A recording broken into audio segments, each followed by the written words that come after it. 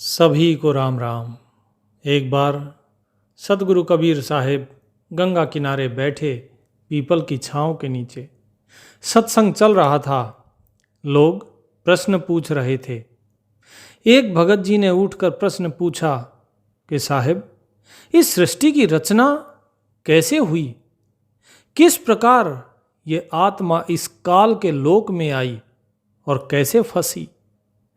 इस प्रश्न का कृपया उत्तर दीजिए, क्योंकि आप कहते हैं कि सभी के सिर पे काल बैठा है और ये काल का लोक है।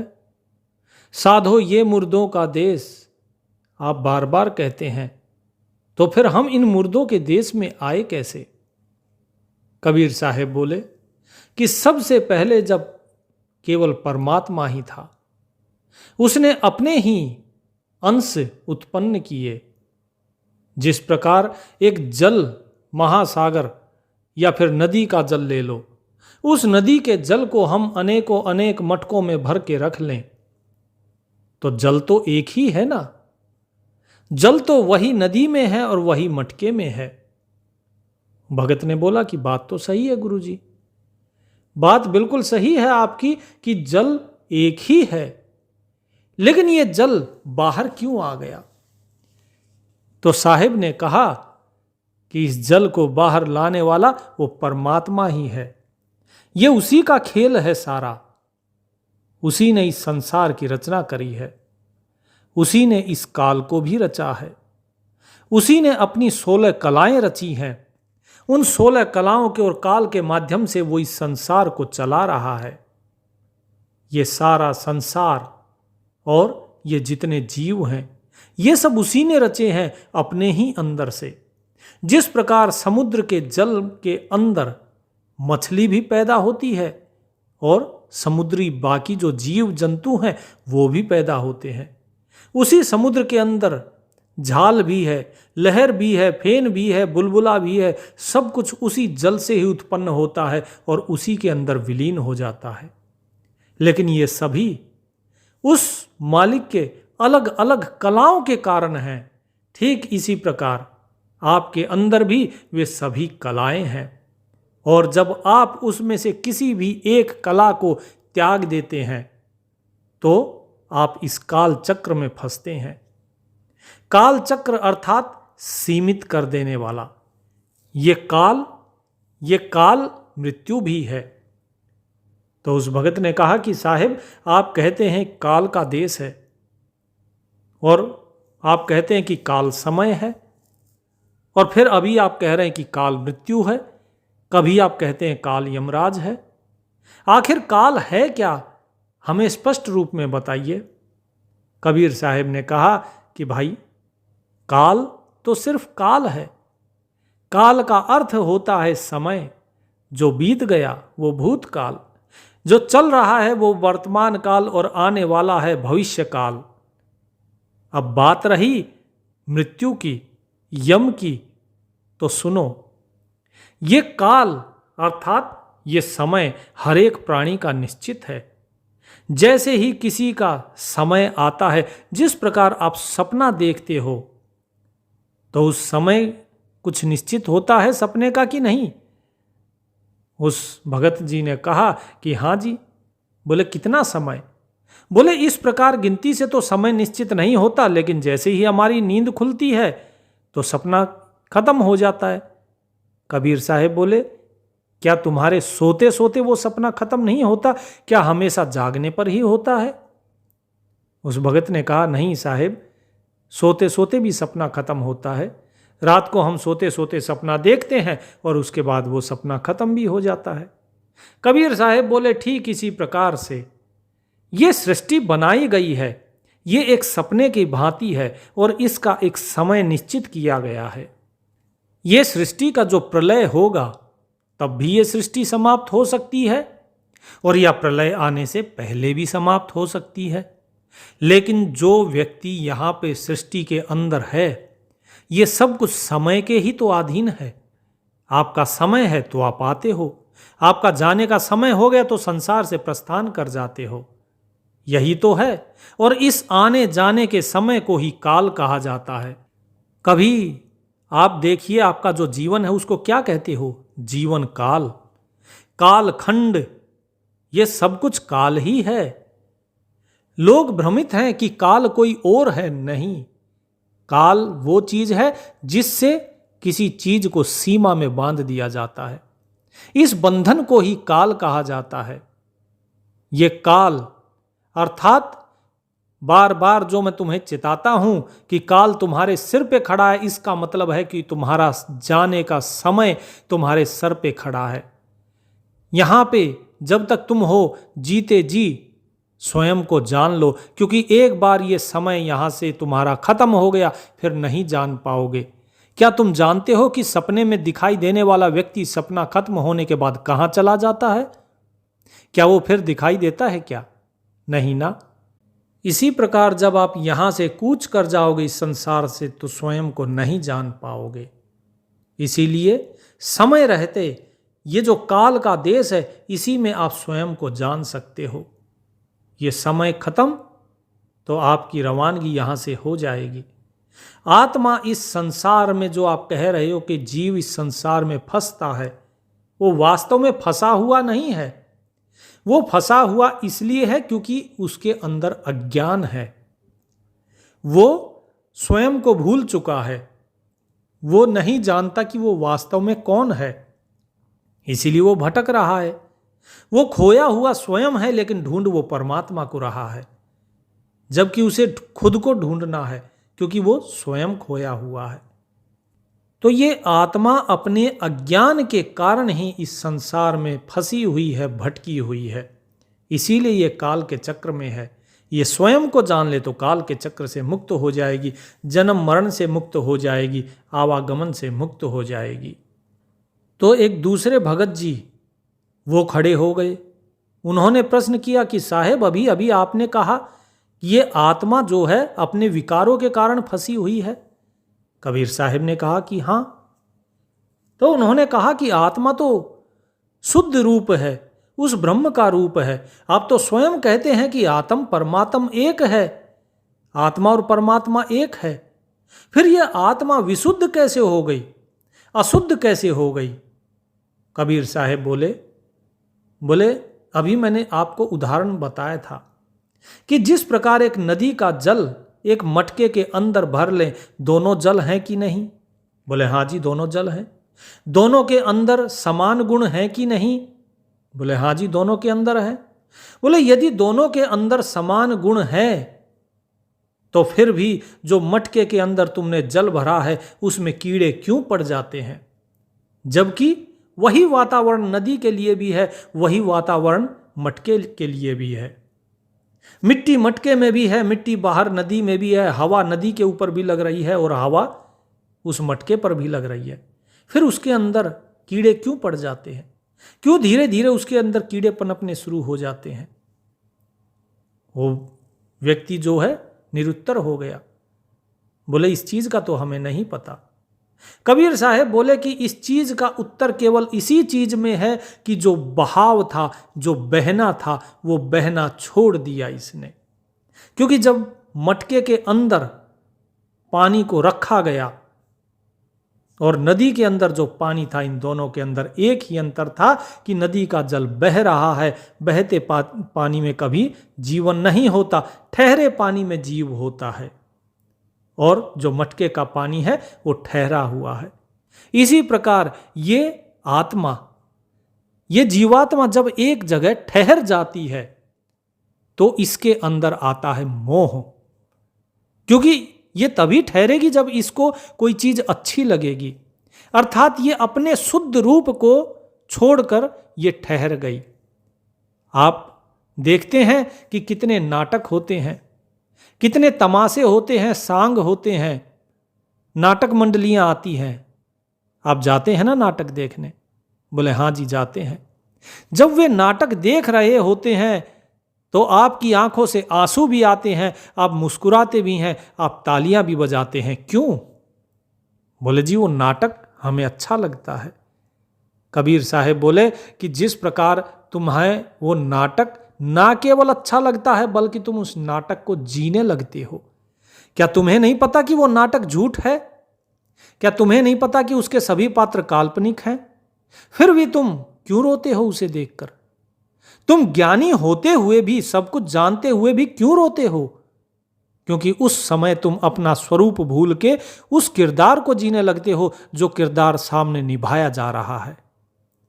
ठीक इसी प्रकार ये आत्मा, ये जीव, ये भी अपने स्वरूप को भूलकर, क्योंकि इसने अपने बहने का जो इसकी कला थी वो छोड़ दी, बहने का गुण छोड़ के ये ठहर गई, और जब ठहर गई तो इसके अंदर विकार पैदा हो जाते हैं, और यही विकार तो दूर करने हैं।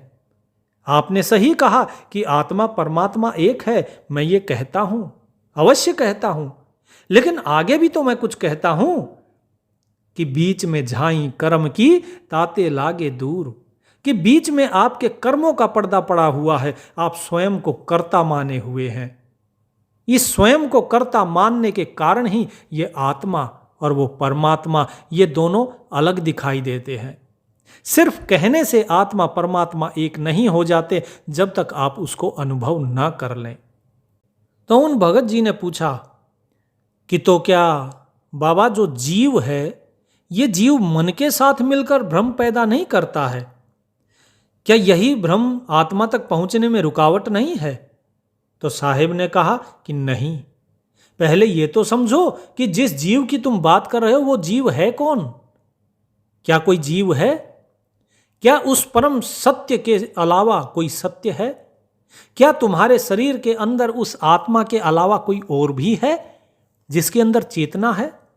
तुम्हारी आत्मा ही हर चीज की चेतनता का कारण है। इसी से उत्पन्न हुआ चित्त, और उस चित्त के अंदर आया मन, बुद्धि और अहंकार। जब तुम्हारे अंदर पहली बार ये हुआ कि मैं हूं कि नहीं हूं, तुम्हारे उसी अहम भाव से ये चित्त हुआ, और उसके बाद तुम्हारे विचार जब पैदा हुए तो उत्पन्न हुआ मन का। ये विचार सही है कि गलत है, मैं हूं या नहीं हूं, इस चीज का जब निर्णय किया गया तो उत्पन्न हुई बुद्धि, और यही मन, बुद्धि और अहंकार मिलकर बना आपका चित्त स्वरूप। आप इसी चित्त स्वरूप को आत्मा कहते हो, और यही चित्त स्वरूप उस आत्मा के साथ चेतन है। वास्तव में सिवाय आत्मा के तो कुछ है ही नहीं। लेकिन तुम्हारे अंदर जो मन, बुद्धि, अहंकार, ये चित्त स्वरूप जो आ गया, जो अंतःकरण बन चुका है, इसे त्यागने के बाद ही तुम शुद्ध बुद्ध चेतन आत्मा हो, अन्यथा तुम शुद्ध बुद्ध चेतन आत्मा नहीं हो। क्योंकि विकार के साथ कभी भी आत्मा परमात्मा के साथ एक नहीं हो सकती। तरल तो तेल भी है और तरल पानी भी है, लेकिन क्या दोनों आपस में मिलते हैं? नहीं मिलते। अपनी इस तेलीय प्रवृत्ति को छोड़ना होगा, उसके बाद जो जल रह जाएगा वो जल में समा जाएगा, पानी में पानी मिल जाएगा, और ये इसी प्रकार आत्मा उस परमात्मा में एक हो जाएगी। वास्तव में आत्मा और परमात्मा एक ही है, लेकिन गुण रूप से।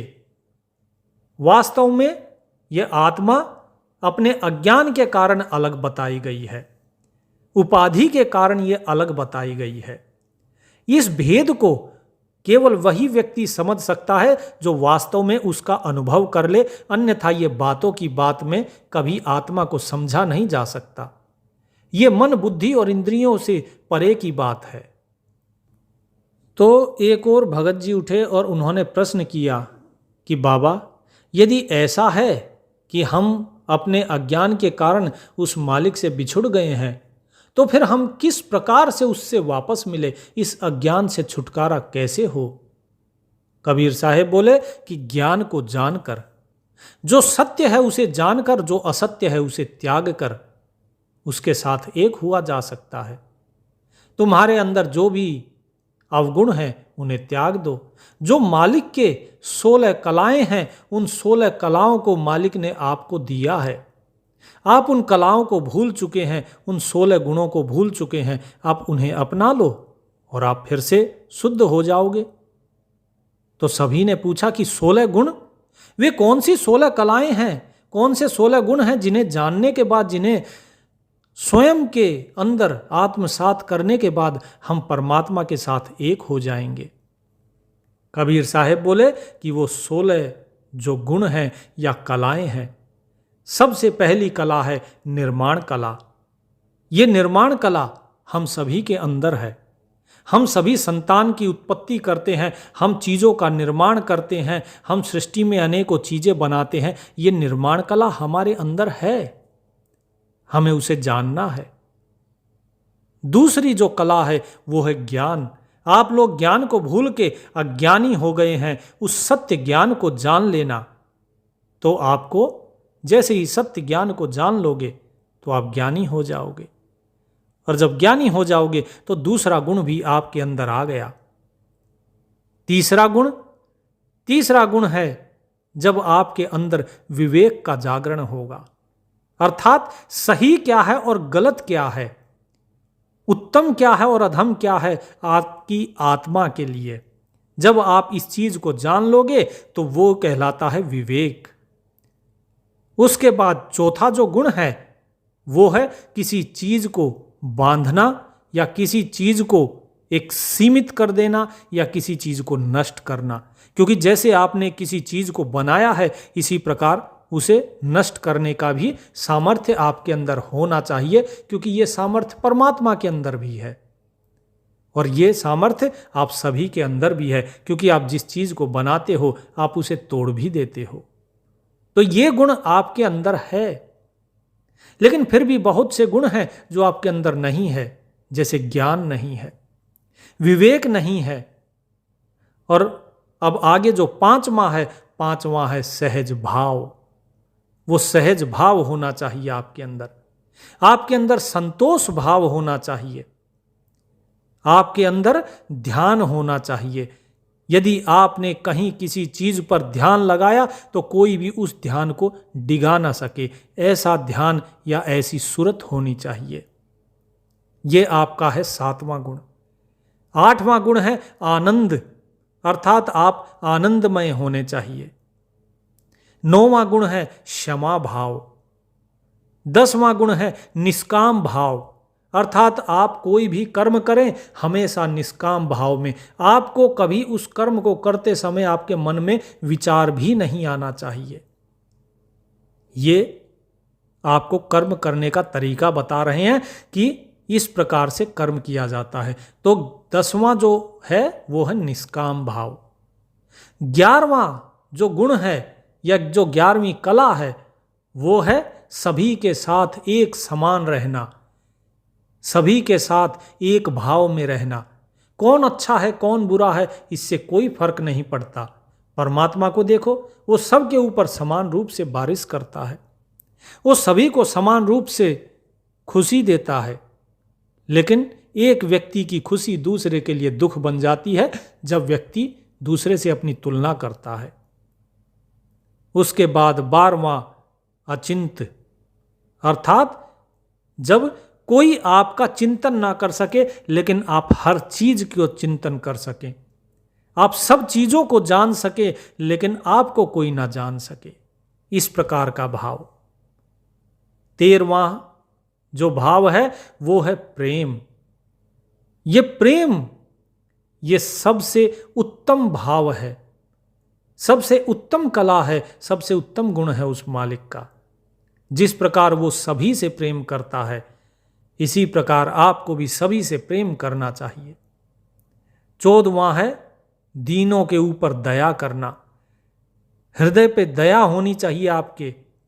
हर एक व्यक्ति हर एक प्राणी मात्र के अंदर आप उसी परमात्मा को देखो समान भाव से, और जब हर एक के अंदर परमात्मा है तो आपको सभी के ऊपर दया करनी चाहिए।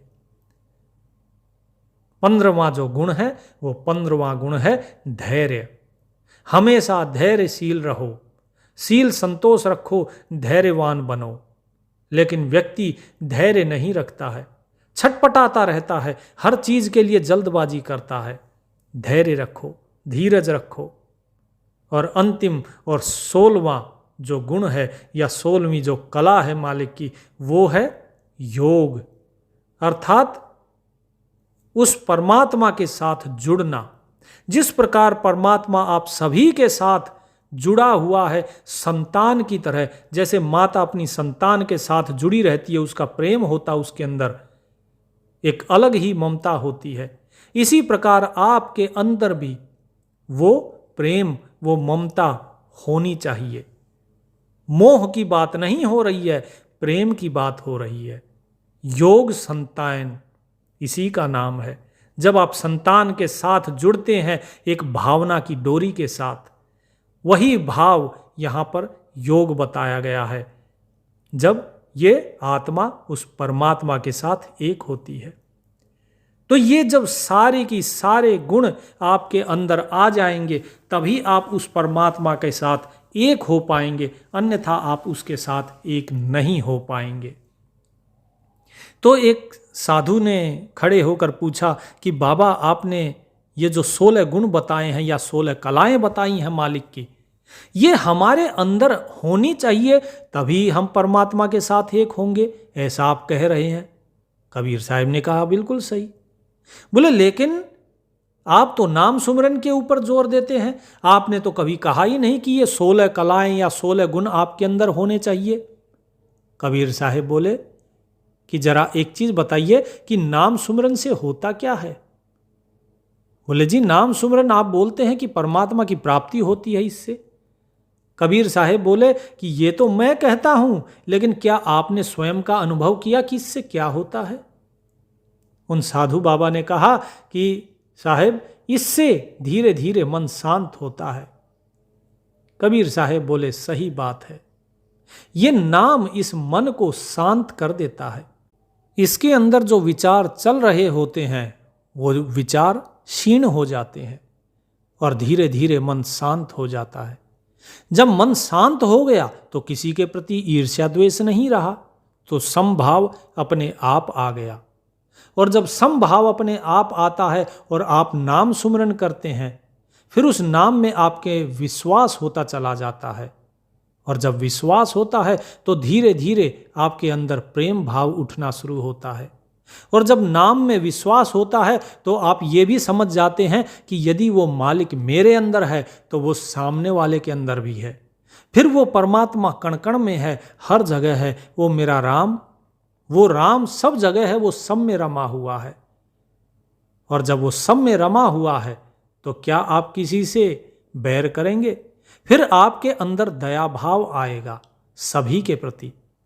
और फिर आप कभी जल्दबाजी नहीं करेंगे, क्योंकि आप जान जाएंगे कि जब सब कुछ वो राम ही है, जब वही सब कुछ कर रहा है, तो फिर आपके अंदर संतोष भाव आएगा, फिर आपके अंदर धैर्य भी आएगा।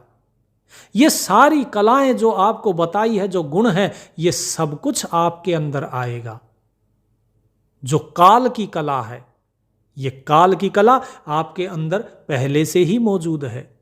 जो निर्माण कला है, कूर्म कला, वो भी आपके अंदर पहले से ही मौजूद है। और उसके बाद जब आप धीरे धीरे जान जाएंगे कि सब कुछ वो परमात्मा ही है, उससे बड़ा कोई सत्य नहीं है, और वही हम भी हैं।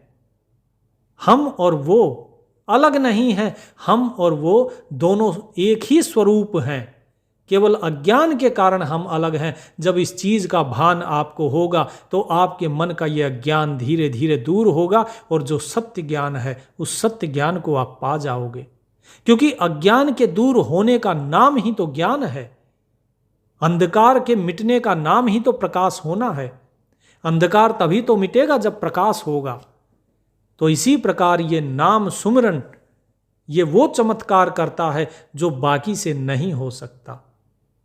आपके अंदर दया होगी, आपके अंदर क्षमा होगी, आपके अंदर शील भाव, संतोष भाव होगा। आप सभी के साथ जल की तरह एक जैसे रंग में रहेंगे। आप कभी पक्षपात नहीं कर सकेंगे। आप जो भी काम करेंगे वो निष्काम भाव से करेंगे। फिर आप सब चीज़ों का चिंतन कर पाएंगे, लेकिन आपका चिंतन करने वाला कोई नहीं होगा। क्यों? क्योंकि सब कुछ परमात्मा है। आप परमात्मा रूप में सबका चिंतन कर रहे हैं, लेकिन आपका चिंतन करने वाला कोई नहीं है, क्योंकि सब कुछ तो परमात्मा है। आप दीनों पे दया करेंगे, क्योंकि आप जानते हैं कि परमात्मा ने आपको सामर्थ्यशाली बनाया है किसी के ऊपर दया करने के लिए, तो आप उनके ऊपर दया करेंगे। आप उनसे दूरी नहीं बनाएंगे, क्योंकि आप जानते हैं कि हर एक के अंदर वही मालिक है। तो फिर किसको हम छोटा कहें और किसको बड़ा कहें? और यही भाव जब धीरे धीरे आपके अंदर दृढ़ होते जाएंगे, ये 16 गुण या 16 कलाएं जब आपके अंदर बनती जाएंगी, एक एक करके आपके अंदर आती जाएंगी, आप उतना ही प्रभु के नज़दीक होते जाएंगे। आप योग कीजिए या नाम सुमरन कीजिए, कोई फर्क नहीं पड़ता। केवल फर्क इतना है कि नाम सुमरन और सहज मार्ग एक सहजता के साथ किया जाता है, और योग में शरीर को कष्ट दिया जाता है। मैं कष्ट के समर्थन में कभी नहीं हूं, क्योंकि भूखा रहने से, अपने आप को प्यासा रखने से वो मालिक नहीं मिलता है। उससे तुम इंद्रियों का दमन कर सकते हो, लेकिन इंद्रियों का समन नहीं कर सकते, और मालिक इंद्रियों का दमन करने से नहीं मिलता। क्योंकि किसी चीज को अगर आप दबा दोगे तो वो फिर से उभर कर आ जाएगी, लेकिन यदि किसी चीज को आपने शांत ही कर दिया, खत्म ही कर दिया, समन ही कर दिया, तो उसके उभरने की गुंजाइश ही खत्म हो जाती है। इस पर एक साधक ने उठकर पूछा कि बाबा, आप कह रहे हैं कि जो कुछ है वो सब कुछ वो परमात्मा है, तो फिर ये इतने देवी देवता, 33 करोड़ देवी देवता, ये सब क्या है? कबीर साहब बोले, 33 करोड़ देवी देवता तो हैं ही नहीं, ये तो 33 प्रकार के देवी देवता हैं। बोले 33 प्रकार के? लेकिन आप तो कहते हैं कि 33 करोड़ हैं। कबीर साहब बोले, तुम्हारे मन के अंदर ये भ्रम बैठा हुआ है कि 33 करोड़ हैं, इसीलिए तुम्हारे उस मन के भ्रम को निकालने के लिए मैं कहता हूं कि 33 करोड़ हैं। यदि मैं तुमसे कहूंगा कि 33 प्रकार के हैं, तो तुम ये सोचोगे कि ये 33 प्रकार के कोई और हैं। इसीलिए मैं तुम्हें समझाने के लिए कहता हूं, जिस कक्षा में बालक होता है उसे उसी स्तर का तो समझाया जाएगा। इसीलिए बताता हूं कि 33 कोटि, तुम 33 करोड़ जो कहते हो, जो तुम्हारे अंदर ये भ्रम है 33 करोड़ का, उसी को दूर करने के लिए ये मैं 33 करोड़ कहता हूं। अन्यथा 33 प्रकार के देवी देवता हैं। 33 कोटि अधारा, ध्यावें सहस 88, उतरे बहुजल पारा, कटहें जब की फांसी। ये 33 करोड़ के नहीं, ये 33 कोटि की बात हो रही है, जिसमें 12 आदित्य हैं, 11 रुद्र हैं, 8 वसु और 2 अश्वनी कुमार हैं। और जो कृष्ण हुए वो उन्हीं आदित्यों में से विष्णु के रूप थे। तो एक और भगत जी ने उठकर पूछा कि साहेब, फिर ये बताइए कि अगर कृष्ण उन्हीं आदित्य के, जो 12 आदित्य हैं, उन्हीं में से विष्णु के अगर अवतार थे, तो फिर ये राम कौन है? और आप जिन राम की अभी बात कह रहे थे कि जो सब के अंदर रमा हुआ है वो राम है, इसमें भी राम है, उसमें भी राम है, फिर ये कौन सा राम है? आप किस राम को भजते हो और हम किस राम का चिंतन करें, किस राम का सुमरन करें? बड़ी ही दुविधा है कि क्या नाम जपना चाहिए। कबीर साहब बोले कि नाम में क्या दुविधा है? किसी भी नाम से पुकारो, वो मालिक ही आवाज देता है। राम रहीम करीमा केसो, अल्लाह पुरुष अविनाशी, मैं समर्थ का सेवक हूं जो काटे जम की फांसी। उसे अल्लाह कहो, राम कहो, खुदा कहो, करीम कहो, कबीर कहो, कुछ भी कहो, सब कुछ वही तो है, उसके अलावा कोई है ही नहीं। और रही बात राम की, तो एक राम भय दशरथ पुत्र, एक राम जग सकल पसारा, तीजा राम घट घट में बाजे, चौथा राम है सबसे न्यारा। कि भाई एक राम तो वो थे जो दशरथ के पुत्र थे, और एक राम वो हैं जो सारे संसार के हर एक के हृदय के अंदर हैं, और तीसरा राम वो है जिसने सारा संसार बनाया हुआ है, और चौथा राम वो है जो सबसे अलग है। लोग बोले साहेब, ये 4 राम कहां से? हमें तो समझ में नहीं आई। एक दशरथ पुत्र राम को तो हम जानते हैं, हम तो उन्हें ही भगवान कहते हैं, ये बाकी राम कौन है? कबीर साहब बोले, क्या चौथा राम तुम्हें समझ में आया? भगत ने कहा कि जी, चौथे राम आप परमात्मा की बात कर रहे हैं, वो निर्गुण निराकार निर्विकार उस अनंत स्वरूप उस मालिक की बात कर रहे हैं। कबीर साहब ने कहा, बिल्कुल सही बात है, ये 2 राम तुम्हारी समझ में आ गए, अब दूसरे और तीसरा राम जो रह गए अब उनको समझो। जो दूसरा राम तुम्हारे हृदय में निवास कर रहा है वो है तुम्हारी आत्मा। एक राम घट घट में बाजे, यो घट घट में, घट अर्थात हृदय, उस हृदय में तुम्हारी आत्मा का निवास है, वही है तुम्हारा वो दूसरा राम। बोले साहिब और तीसरा राम कौन है? बोले तीसरा राम वो है जिसे तुम पूज रहे हो, वो है ये काल, जो सगुण है और निराकार है। इस काल की पूजा हो रही है, तुम इसे ही पूज रहे हो, ये है वो तीसरा राम। अर्थात एक है दशरथ पुत्र राम, वो शरीर जो कि माया का रूप था, उस माया के रूप को तुम कहते हो भगवान। दूसरा था जो आत्मा रूप, वो आत्मा रूप जो हरेक के हृदय में था, जो उस रामचंद्र के अंदर भी था, जो दशरथ का पुत्र था, वो दूसरा राम। तीसरा राम है वो काल, जिसने इस पूरे संसार को बनाया हुआ है, जो संसार के कण कण में विराजमान है, जो कि इस सारे संसार को अपने आगोश में लिए हुए है, जो बनाता है और फिर मिटा देता है सब चीजों को। लेकिन उस काल से भी परे निर्गुण निराकार जो गुणातीत है, उस परमात्मा की जो सत्ता है, वो परम पिता परमात्मा, वही चौथा राम है। और मैं केवल उस चौथे राम की ही बात करता हूँ, क्योंकि वही सबके अंदर रमा हुआ है, वही मेरे अंदर भी है, वही तुम्हारे अंदर भी है। बिना उसके और किसी की कोई सत्ता ही नहीं। जिस प्रकार सपना तुम देखते हो, उस सपने में सिवाय तुम्हारे और किसी की कोई सत्ता ही नहीं है। यदि तुम ना होगे तो सपना होगा ही नहीं। इसी प्रकार यदि वो परमपिता परमात्मा नहीं होगा तो न काल होगा, न सत्पुरुष, न सतगुरु, न राम, न कृष्ण, न तुम, न मैं। केवल वो सत्पुरुष, वो परमात्मा ही है जो सर्वोच्च सत्य है।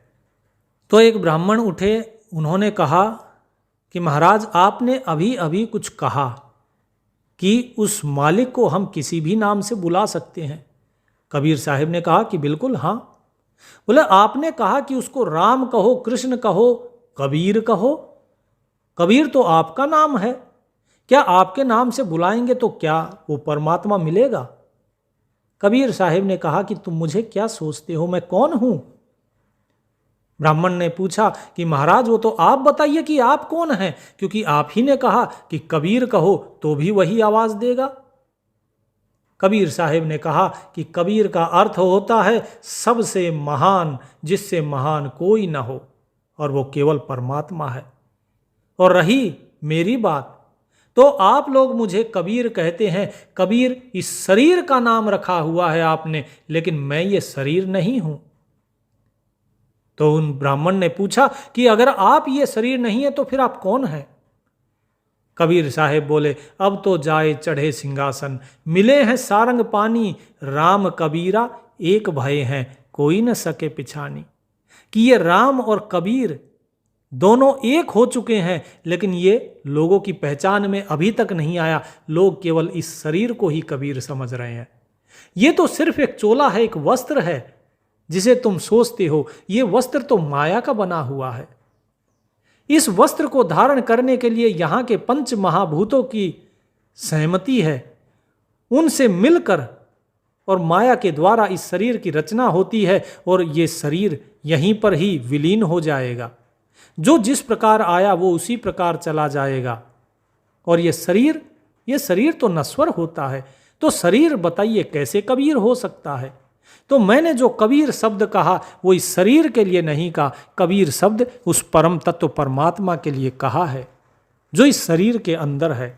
उसे जानो, उसे मानो, और यदि उसे जान लोगे फिर तुम इस भेद से भी दूर हो जाओगे कि कबीर कौन है। कबीर एक शरीर है या कबीर वो परमात्मा है। जिस प्रकार राम तुम्हें भगवान भी कहते हो, तुम दशरथ पुत्र को भी राम कहते हो और परमात्मा को भी राम कहते हो, लेकिन क्या राम लोगों ने अपने नाम नहीं रखाए हुए? संसार में कितने ही लोग हैं जिनका नाम राम है, तो क्या वे सभी भगवान हो गए? नहीं ना। ठीक इसी प्रकार ये शरीर, इस शरीर का नाम कबीर है, लेकिन ये शरीर कबीर नहीं है। वो कबीर तो अलग ही है। ब्राह्मण ने पूछा कि साहेब फिर कौन है वो? कौन है वो कबीर? तो कबीर साहब बोले, हाड़ मांस जाके नहीं, श्वासा नहीं शरीर, अन्न जल भाखे नहीं, ताका नाम कबीर। कि जो हड्डी, वसा, चमड़ी, खून, इससे बना हुआ जो शरीर है, ये कबीर नहीं है। जिसके न श्वास है, न प्राण है, न पिंड है, ये शरीर नहीं है। जो न अन्न का आहार करता है, न जल पीता है, वो कबीर है। बोले वो कौन है? बोले वो तुम्हारे इस शरीर के अंदर बैठा वो परम तत्व है, जिसे ना भोजन की जरूरत है ना पानी की, जो कि ना हड्डियों में रहता, जिसे ना हड्डी की जरूरत है, ना मांस की, ना फिर रक्त की। वो ना श्वासों से जीवित रहता है और ना ही शरीर के कारण जीवित रहता है। ये शरीर मर जाता है लेकिन वो तो फिर भी रहता है। वो कबीर है, उसका नाम कबीर है। इस शरीर को कबीर मत समझो। ये शरीर ये तो माया का रूप है, ये तो यहीं रह जाना है। तुम जिस कबीर को कह रहे हो वो शरीर है, लेकिन मैं जिस कबीर की बात कह रहा हूँ वो शरीर नहीं, वो शरीरी है। तभी एक औरत खड़ी हुई, थोड़ा वृद्ध अवस्था की। वो पूछने लगी, बोले साहेब, मैं ईश्वर की बहुत बड़ी भक्त थी, लेकिन धीरे धीरे इस समाज के अंदर रहते हुए, परिवार के अंदर रहते हुए, मैं अपने उस सत्य मार्ग से भटक गई हूँ। अब मैं वापस उस सत्य मार्ग पे चलना चाहती हूँ। बताइए मैं कैसे उसी सत्य मार्ग को पाऊंगी? तो साहिब ने कहा कि आप बहुत बड़ी भक्त थी, आप भक्त नहीं थी। बोले ये आप क्या कह रहे हैं? मैं तो नित्य प्रतिदिन पूजा अर्चना, संध्या आरती वंदन सब कुछ करती थी। मैं जब तक सुबह सुबह नहा ना लूँ, जब तक सुबह सुबह प्रभु का भोग न लगा लूँ, मैं तो कभी अन्न का आहार नहीं करती थी। कबीर साहब बोले कि जो स्वयं को ये कहे कि मैं बहुत बड़ा भक्त था, इसी में एक अहंकार झलकता है, और जिसके अंदर अहंकार है वो तो भक्त हो ही नहीं सकता। स्वयं के अहंकार को त्याग दो। जैसे ही स्वयं के अहंकार को त्याग दोगी आप, तो आपके मन से ये चीज़ भी निकल जाएगी कि मैं कभी भक्त थी। और जब ये चीज़ निकल जाएगी तो आपके अंदर धीरे धीरे आधीनता आनी शुरू होगी। अपने अंदर आधीन भाव लाओ, दास भाव लेके आओ। कहो कि वो परमात्मा, उसका कर्म था मुझ पर कि वो मुझसे भक्ति प्रेम ये सब करवाता था, लेकिन अब उस चीज़ को, उस मार्ग को मैं भूल चुकी हूँ और अभी उस पर दोबारा चलने में कोई दिक्कत नहीं है। हर एक क्षण शुभ क्षण होता है, हर एक समय शुभ समय होता है। परमात्मा का नाम सुमरन करने के लिए कोई मुहूर्त नहीं देखना पड़ता। आप सत्य मार्ग पे चलना चाहती हैं तो आज से ही केवल और केवल सत्य बोलना शुरू कीजिए और सुमिरन कीजिए, मालिक का सुमिरन कीजिए। और जो आज 16 कलाएं और 16 गुण आपको बताए हैं, ये सारे गुण आपके अंदर जैसे ही आएंगे आप मुक्त हो जाएंगी। लेकिन सुमिरन कीजिए प्रेम और विश्वास के साथ, क्योंकि जिसने उस मालिक से प्रेम किया है, जिसने विश्वास किया, जो उस चौथे राम के बारे में जानता है, उसको भजता है, वो मुक्त है। वो फिर इस संसार में नहीं भटकता। उसके रास्ते पर आने के लिए कोई मेहनत नहीं करनी पड़ती। आप एक कदम बढ़ाओ, रोजाना आप सुमिरन शुरू करो, जिह्वा जाप शुरू कर दो, और उसके बाद अजपा जाप, और उसके बाद अनहद जाप अपने आप ही हो जाएगा। तुम एक कदम आगे बढ़ाओ, वो मालिक तुम्हारी तरफ 10 कदम बढ़ाने के लिए तैयार बैठा है। तुम एक बार शुरू तो करो। केवल देरी आप ही की तरफ से है और किसी की तरफ से नहीं। आप शुरुआत करो तो मालिक तो अपने आप मिलने के लिए बेताब है। तो एक भगत जी और खड़े हुए। वो बोले साहेब, अभी तो आपने कहा कि आत्मा ही परमात्मा है, आत्म परमात्मा एक है नूर जहूर। अभी आप कह रहे हैं कि वो परमात्मा मिलने के लिए तैयार बैठा है। कबीर साहब बोले कि बिल्कुल सही बात है। बोले लेकिन जब एक ही है तो मिलना किससे है? कबीर साहब बोले, क्या आप स्वयं को जानते हो? जब तक आप अज्ञान में हो तब तक आपको एक अज्ञानी की तरह ही समझाया जाएगा। जब आप नाम सुमिरन करोगे और धीरे धीरे उस मार्ग पे चलोगे, तब आपको सच्चे ज्ञान का अनुभव होना शुरू हो जाएगा। आत्मा परमात्मा एक है, इसमें कोई दो राय नहीं।